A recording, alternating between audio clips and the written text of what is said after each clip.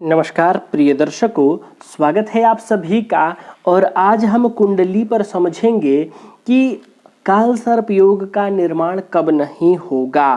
प्रिय दर्शकों, जैसा कि आप सभी जानते हैं कि राहु और केतु के मध्य सारे ग्रह हों तो काल सर्प योग बनता है।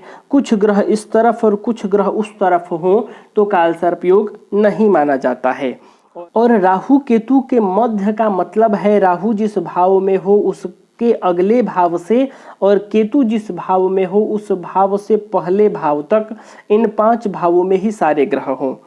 अब प्रिय दर्शकों, यदि कोई ग्रह राहु के उस तरफ न जाकर बैठा हो, उस तरफ न हो, लेकिन राहु के साथ ही बैठा हो या केतु के साथ ही बैठा हो, तो इस अवस्था में काल सर्प योग माना जाएगा कि नहीं, इसमें क्या मतांतर है मैं आपको बताने जा रहा हूं।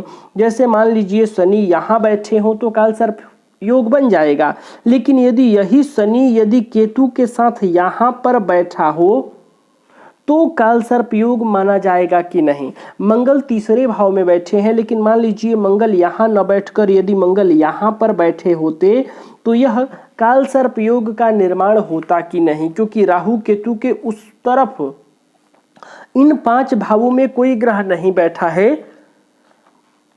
राहु और केतु के साथ ही कोई ग्रह बैठ गया तो ऐसी अवस्था में काल सर्प योग माना जाएगा कि नहीं।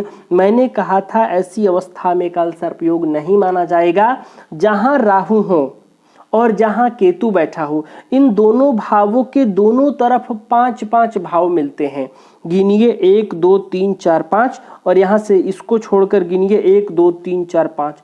इन 5 भावों में सभी ग्रह हो तभी काल सर्प योग माना जाएगा। तो ऐसी अवस्था जब बनेगी तो हम क्या समझे, काल सर्प योग समझे या नहीं समझे।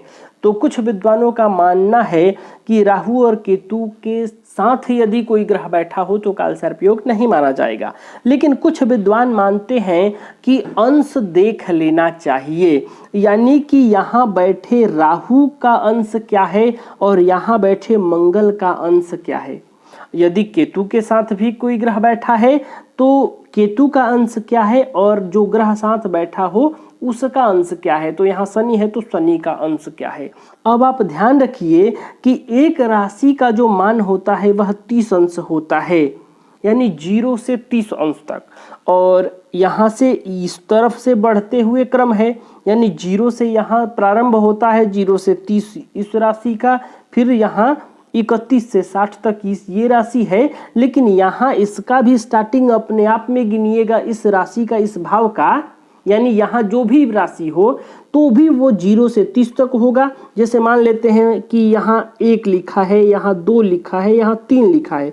यहाँ हम राशि को भी बैठा लेते हैं ताकि आपको किसी प्रकार का कोई कंफ्यूजन न बने।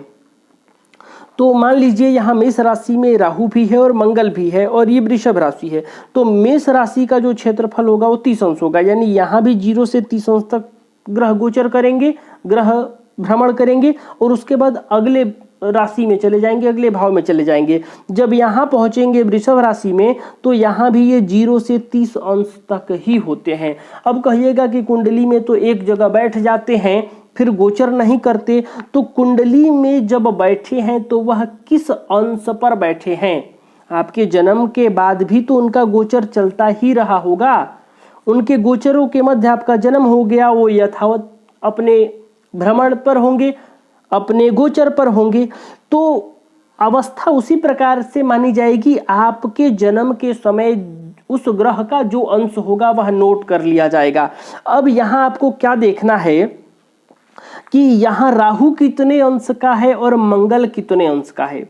इसके अंश को जब आप तय करेंगे, अंश को देखेंगे तो आपको पता चल जाएगा कि इस राहु से मंगल इधर आ रहा है कि मंगल इधर जा रहा है।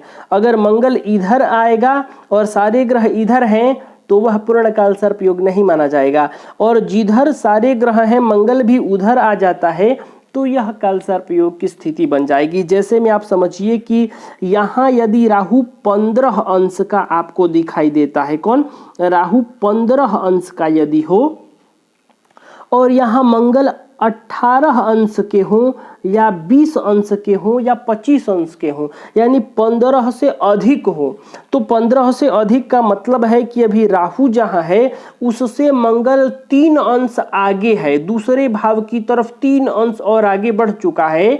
तो ऐसे में राहु के भाव से आगे हो गया मंगल, इधर की तरफ हो गया।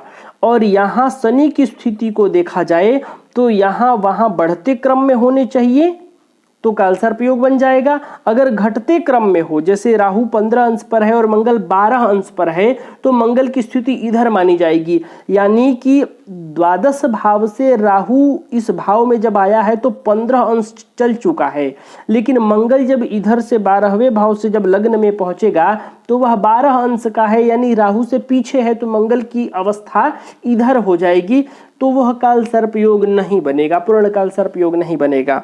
अब यहां जब आइएगा तो अब बढ़ते क्रम में गिनना है। तो यहाँ मान लीजिए कि शनि यहाँ 12 अंश के होंगे और यहाँ जब केतु 15 अंश के होंगे, तो यहाँ केतु से शनि पीछे के भाव में माने जाएंगे।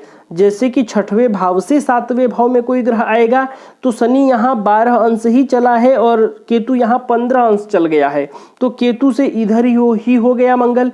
तो ऐसी अवस्था में शनि को इधर माना जाएगा। और यदि यही शनि 25 अंश का हो जाए, यदि यही शनि 15 अंश से आगे हो जाए, तो केतु से आगे निकला हुआ शनि माना जाएगा कि यहाँ इस भाव में केतु 15 अंश चला है और शनि 25 अंश चला है, तो शनि की अवस्था इधर हो गई। तो कहने का मतलब है राहु और केतु के साथ बैठे ग्रहों के अंश को देखकर आप यह तय कर लेंगे कि वो ग्रह इस तरफ है कि उस तरफ है। अगर मान लीजिए राहु और केतु यहाँ बैठे हो तो वो ग्रह ऊपर की ओर है, उस तरफ है कि इस तरफ है, यानी कि यदि जिधर सारे ग्रह होंगे उधर की तरफ यदि राहु और केतु के साथ बैठा ग्रह जा रहा हो तो वह कालसर्प योग माना जाएगा। और उससे विपरीत भाव में जा रहा हो, जैसा कि यहाँ हमने मंगल और शनि का उदाहरण लिया है, तो यदि मंगल इधर की तरफ आएगा और सारे ग्रह इधर ही हैं तो यह कालसर्प योग हो जाएगा। और शनि भी है तो शनि यदि इधर आए, मंगल भी इधर आए तो कालसर्प योग हो जाएगा। और यदि यहाँ मंगल इधर की तरफ हो और यहाँ शनि भी इधर की तरफ हो तो वह कालसर्प योग नहीं माना जाएगा। साथ में जब ग्रह बैठे होंगे तो आप अंश बल से तय करेंगे, अंश को देखकर तय करेंगे। जैसे कि यहाँ बैठे 15 अंश और 18 अंश का मंगल हो तो मंगल भी इधर हो गया। यहाँ बैठे केतु 15 अंश पर है और शनि 25 पर है तो शनि इधर हो गया। अगर ये 25 न होकर 12 होता तो शनि भी इधर होता, तो यह कालसर्प योग बन जाता। तो आप इन दोनों ग्रहों के साथ बैठे ग्रह के अंश को देखकर यह तय कर लेंगे कि ग्रह इधर है या उधर है, यानी दोनों ही साइड, राहु केतु के दोनों ही साइड 5-5 भाव हैं, उन भावों में से किधर की तरफ है, जिधर सारे ग्रह हैं कि इनकी अपोजिट साइड। तो प्रिय दर्शकों, यह देखकर भी तय कर सकते हैं कि कालसर्प योग कुंडली में बन रहा है कि नहीं। तो प्रिय दर्शकों, आज के लिए बस इतना ही। तब तक के लिए हमें अनुमति दीजिए। नमस्कार।